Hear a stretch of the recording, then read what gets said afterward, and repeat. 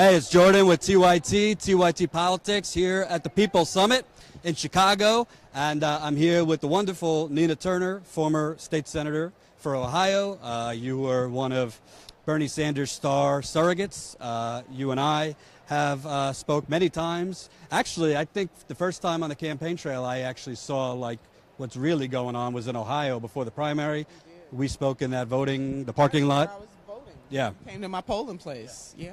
My first question, let's just get this out of the way. Can you confirm or deny you have had collusion with the Russian government, a Russian ambassador, or anybody? I cannot confirm nor deny. Okay. Jesus Christ. You know, you stand up for the people and all of a sudden you're a Russian spy. That was news to me. Right. A sister is a Russian spy from Cleveland, Ohio. Well, no, I want to start with that. Yeah. So a perfect symbol of what's wrong with the media and this country, you were on CNN. That's your prerogative. I would have come on me, but... I'm on CNN. Now, no hate on my CNN. No. I'm not. I'm a political commentator on CNN, okay. Yeah. And, you know, she said, she says, you know, people in Flint don't care about Russia. And they looked at you like you just stole their Christmas tree.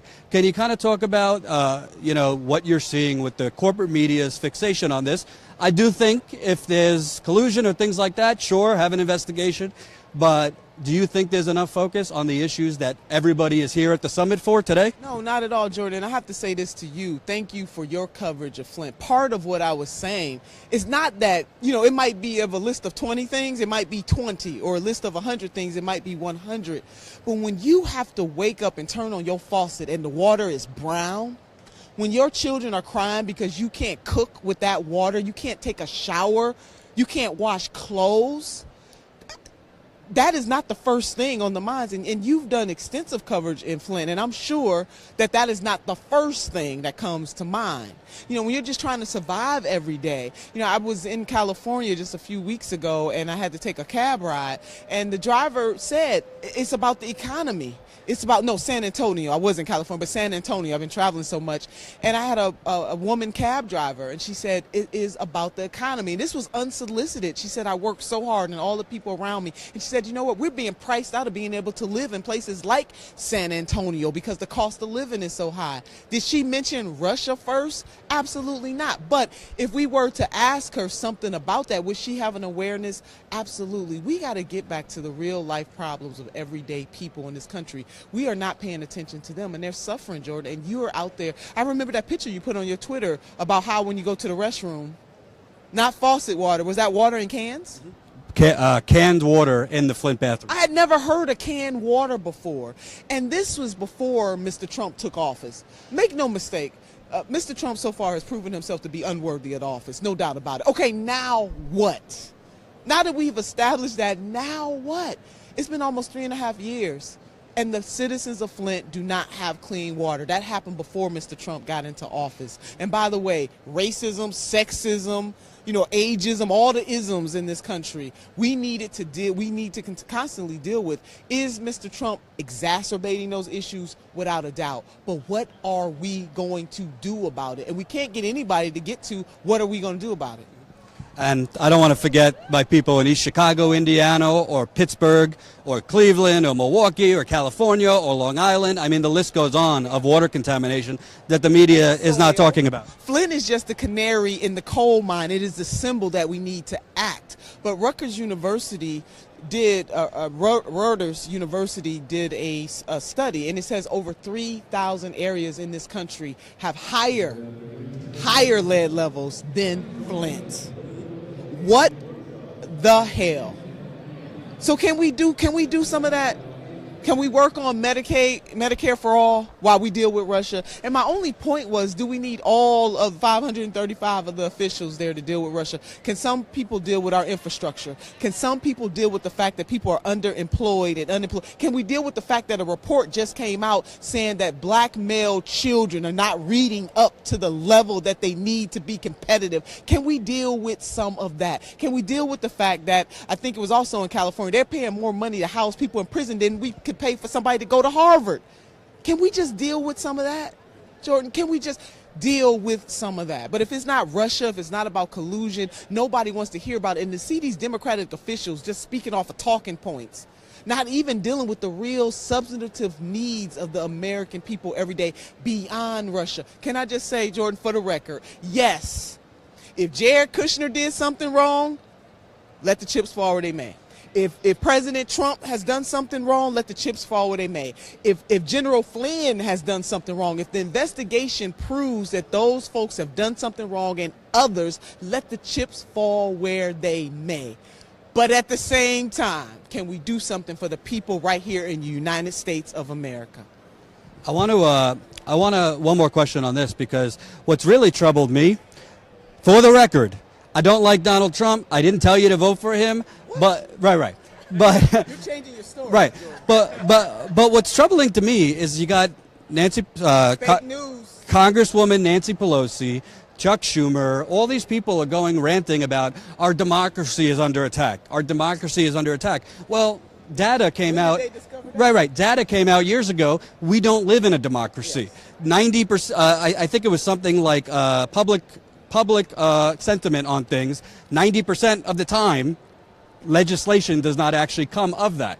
Secondly, how do we live in a democracy when if you go out to exercise your First Amendment in North Dakota, you saw the 6 residents arrested in Flint, you're either shot by rubber bullets, tear gas, this and that. It seems that the Democratic establishment has run with this narrative that everything was peachy before January 20th, and all of a sudden Hitler came in and democracy is under attack. But I don't want to be all doom and gloom, but like my concern is if the Democratic Party, and they try to suck in the progressive movement, fixates like Trump has been the difference, the country has fallen off the cliff, it kind of has a selective amnesia as to what were the problems before. It does, Jordan. And listen, I don't want to use, I know you said Hitler, but I want to say I don't want to even use that. You know, we're nowhere near that kind of thing, and what our Jewish sisters and brothers had to endure, and the gypsies and other folks, you know, our homosexual sisters and brothers, we're nowhere near that. But your point is well taken. Ask Sandra Bland's mother the thing. Ask Tamir Rice's mother. Ask John Crawford III's mother. Ask Trayvon's mom. This is not, and my point is only this. Ask the residents right here in Chicago who live on the south side and the west side who have to endure, you know, the crushing epidemics of poverty and the violence that comes along with some of that. Ask them, is this just about Trump? The Democrats, if they want to win back, they really need to get to do, I recommend the Democratic Party does an autopsy on its own, on this party. We have lost our way. This is not just about Mr. Trump. Unemployment rate double in the African American community before Mr. Trump. As we talked about the Flint water crisis, 3.5 years, where was the accountability when Democrats could do something about it and still can do something about it? The gutting of the VRA, all of these things, the fact that people's incomes are not keeping up with inflation, the fact that we should have fixed the Affordable Care Act before it got to this point, the fact that Democrats still can make a recommendation on the fix, the fact that 20-something Democrats in the Senate blocked the pharmaceutical amendment that Senator Sanders had to drive down the cost of prescription drugs in this country. Cory Booker. Some of this stuff has nothing to do with Mr. Trump. Is he exacerbating the pains that are already there? Absolutely. But what I would say to the Democratic Party is we need to look at the women and the men in the mirror. Because the last time I checked, racism, sexism, ageism, income and wealth inequality, hundreds of years old in this country. And, you know, it's interesting because it just came out, I think yesterday or the day before, new numbers that show the Democratic, you know, the Joan Walsh, Neera Tanden, some of the people who created this Bernie Bros myth kind of described the Bernie Sanders movement as an angry white cult. The Obama boys, too. If people remember, the Clinton campaign did the same thing with President Obama's supporters. But they kind of tried to describe it as this cult of older, angry white males. But numbers just came out that showed... I'm an angry, older white man. Jesus. But what I'm saying is numbers just came out that showed the Democratic Party has a problem with all working class people, white, black, brown, purple, glow in the dark. And it seems to me that that's being lost. Now, do I think the Republican Party is worse on social issues, on extremism? 100%. You put a gun to my head, I would much rather Nancy Pelosi than Ted Cruz. Let's say that. However, I think it's right in front of their eyes. You see the populist explosion in America. You see what just happened in the United Kingdom last night. Yet they still, I do reports on John Tester, who's up for re-election, having a fundraiser co-hosted by a Eric Cantor donor who had the largest FEC violation in the 21st century. He just did a fundraiser with that person last week. I mean, Kirsten Gillibrand, all these people, they're leading the resistance while having fundraisers at night with Citigroup, Wells Fargo. So what does the progressive movement do? Yes, to when Trump does wrong, to focus on Trump, but also keep these people accountable so that if Trump goes away, we don't want to just put the same people, the same neoliberal people in office that brought us to this point so far. Just totally being anti-Trump doesn't work. If it worked, he wouldn't be in the president. He wouldn't be president of the United States. That's what we did in 2016. But it really is about what we're doing right here, right now. The People's Summit is that kind of movement to awaken the sleeping giants and let them know that the power is in their hands to elect progressives who are actually going to push public policy that works for the people. This is not about these individuals getting elected just to satisfy their own pursuits for power. And in many ways, the Democratic Party has lost their way on that. I mean, remember, there was a focus group just done by a Democratic think tank that they interviewed Obama voters in 12, who then voted for Trump in 16. And when they were asked who is the party that deals with Wall Street, who's the Wall Street party, something like that, they said Democrats, for God's sakes. So Democrats need to take a page out of Michael Jackson, one of his songs, look at the man and the woman in the mirror and determine what type of party this wants to be. Do you want to be a party of the people? And stop blaming other folks for the fact, I guess Russia caused us to lose 1,100 seats too. For Republicans to have super majorities in legislatures. I served in one of those legislatures in Ohio. To lose governor's mansions all across this country.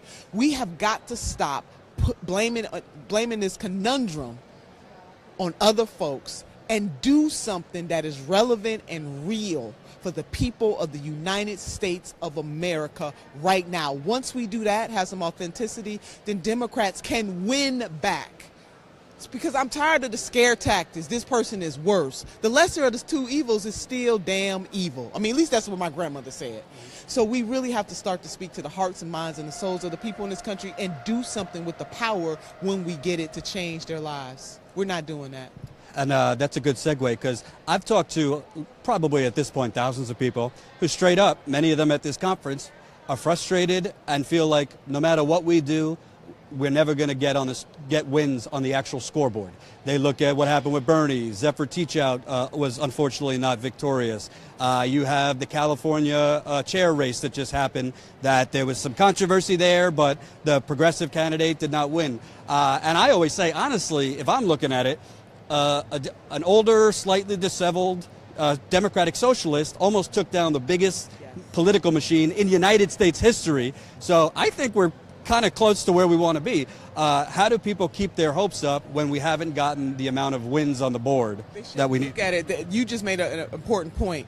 We have a party that's been established for a very long time that over the last 8 years have lost 1,100 seats. The progressive movement is just getting this uptick again. So don't look at it the wrong way. Look at it the right way, which is this is a movement. This is not just about resistance, Jordan. This is about resilience. And what resilience says is that we're going to stand up for what is right, even if in that moment you don't see the win. What resistance says is that, and I teach African American history, so I'm always going back to the lives of African Americans. If my ancestors had said, oh my God, 1820, not free yet, let's stop, let's give up.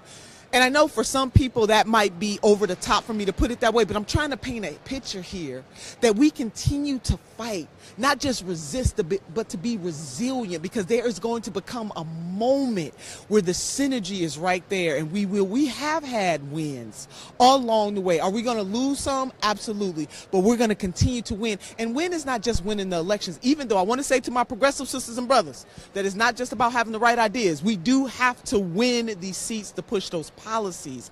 But as you pointed out, nobody thought that the Democratic Socialist, a 74-year-old Democratic Socialist with an afro from Vermont, would be able to upset the establishment in the way that he did. And you know what? In the words of Theodore Roosevelt, he was the man in the arena. He raised small dollar donations, average donations, $27, when other candidates were taking big money from corporations, from millionaires and billionaires.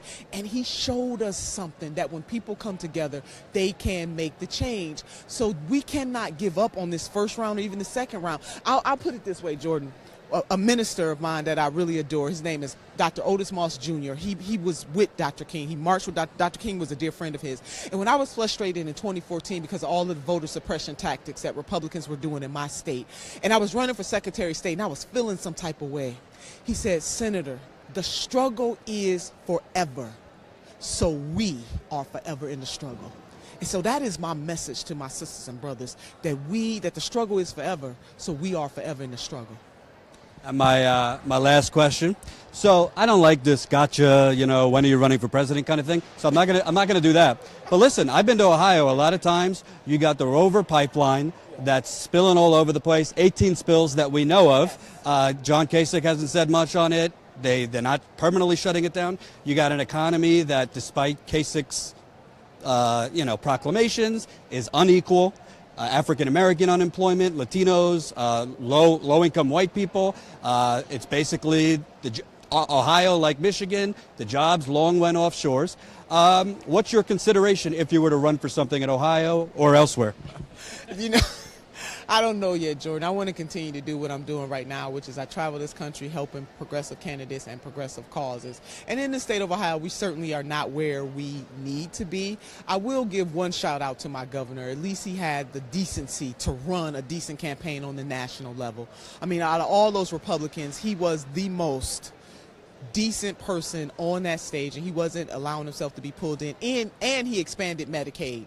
So I got to give him credit for that. The governor and I are working on something pretty important in Ohio, which is the community police task force or collaborative right now, to really bridge the divide between the police and the community, which we know is needed. And we came up with that right after, Tamir Rice. So it's not all doom and gloom. And my God, would I rather, yes, I wanted Senator Bernie Sanders to win this election. No surprise there. But would I have much rather have to deal with a John Kasich in the president's office right now over Mr. Trump? Absolutely. So we have lots of work to do. So I don't know, Jordan. I don't know what I want to be when I grow up. That was a long way around. I kind of gave you that go around the corner answer. But I had to say something positive about my governor, because I have been. We fight it out. We fight on the issues, and I think, yes, there's always more that he could be doing. But he has been one of the most decent Republicans that I've had the pleasure of working with. I lied, one more. So, right into the camera, what's your message? Because I don't want to pile on Hillary, but she won't go away. Her folks won't go away. It seems that in the past, like Mitt Romney, he lost gracefully. He didn't go out blaming the rest of the world. Same thing for John McCain. But you have, the only reason I still cover Hillary is I think she's still, her bill and that ideology of neoliberalism, the Clintonites still have the stranglehold over the party. What is your message? Obviously, I don't wish you poorly or any of them poorly, but what is your message to, is it of let the new guard come in? What would be your message to some people who are being a little prickly and not passing the torch, so to speak? Well, Frederick Douglass once said, "The power concedes nothing without a struggle. It never has and never will." I think it's naive of people. First of all, Secretary Clinton has every right to be out in that whatever capacity she wants to be out. So far be it from me to say that she doesn't. But in terms of what it is going to take to move this party to where it needs to move to be real, not just to be anti-Trump, but to be real, to say to the families in Flint that come hook or crook, we are going to be right there by your side pushing policies. Damn it, we're not going home until you have new pipes. To say to the poor people or the people suffering under violence in this city, in Chicago, that we are going to move, and that being a Democrat just for the sake of being a Democrat is not enough. So to me, Jordan, we spend too much time on the personalities instead of being about the people's business. So I want the folks in this country, no matter where they hail from, to know that if we all put a little extra on our ordinary, extraordinary things can happen. But nobody's going to give you the power. If the progressive movement wants the power, they are going to have to take that power, period. They're not going to give it to us. There you have it. And the great Nina Turner will be giving a legendary sermon Sunday morning here at the People Summit Sunday morning. She is the main speaker. We're going to live stream it. Everybody's going to live stream it. Can I give a shout out to the nurses? I want to give a shout out to Roseanne Damaro, the nurses are badasses. Any way you cut it, they stand up. They are the reason why that Healthy California Act passed in the Senate, because they brought the thunder. That is what activism and agitation and resistance but resilience looks like. So we need more badass nurses. That's the key, Jordan, is more nurses. Solves all the problems of the world. The nurses were the first large group that went out on a limb, endorsed Bernie Sanders. I could use a nurse. I got more ailments than you could think of. All of them are old white men, though. They're in disguise. Yeah. Folks, that's Nina Turner. Thank you for joining us. Appreciate it. Yeah. And I'll be live. Nomiki will be live. We're doing aggressive progressives today here. So stay with TYT and TYT Politics. Thanks.